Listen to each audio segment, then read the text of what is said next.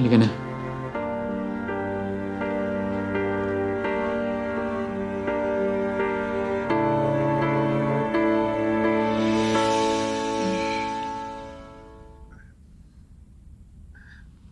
Christy, pasensya ka na, bigla lang ako. Hindi, pasensya na rin, Leon. Nakikita ko naman, tsaka na-appreciate ko lahat ng efforts mo, kaso lang, hindi pa kasi talaga ako handa eh.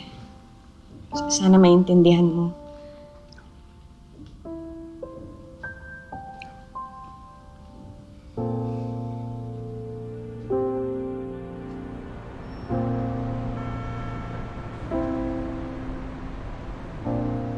I know, sawang-sawa ka na sa hospital food, kaya kinausap ko na si Leslie.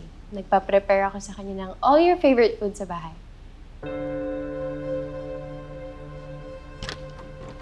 Oh, ano? Ready na? Yes. Hatid ko na kayo, ah. Jeff, bago tayo umuwi, pwede bang... Ano yun? May gusto ka bandaanan? Bago tayo umuwi?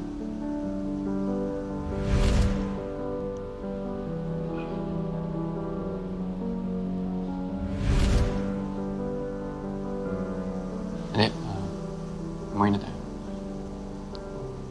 Oh, sige. Hindi, ako na dyan. Ako na. Okay.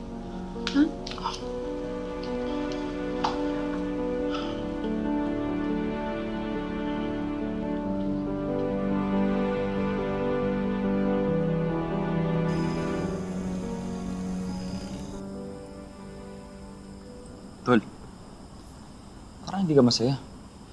Kakauwi mo lang ng bahay, ah. Masaya naman ako.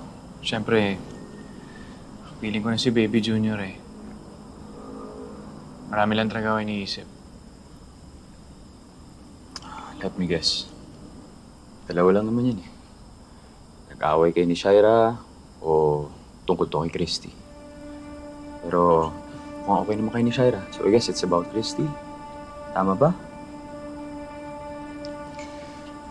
Jeff, nung na-stage kami ni Christy ng mga kalasag,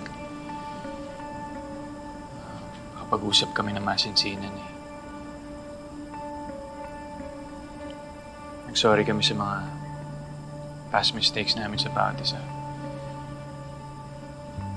Akala ko nga magiging maayos ang lahat sa amin eh. In-entertain ko pa nga yung fact na pwede kami bumalik sa dati. Alam mo, Tol,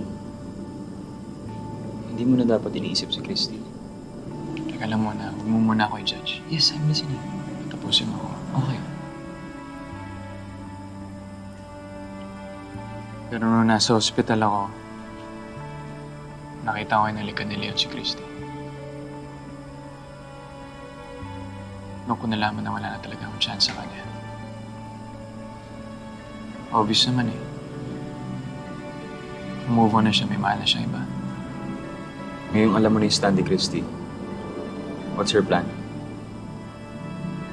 Iiwan mo si Shaira to pursue Christy ulit? Kung masaya na si Christy sa piling ng iba, hindi ko na ipagpipilitan pa yung sarili ko. She deserves to be happy. And I'm not gonna take that away from her.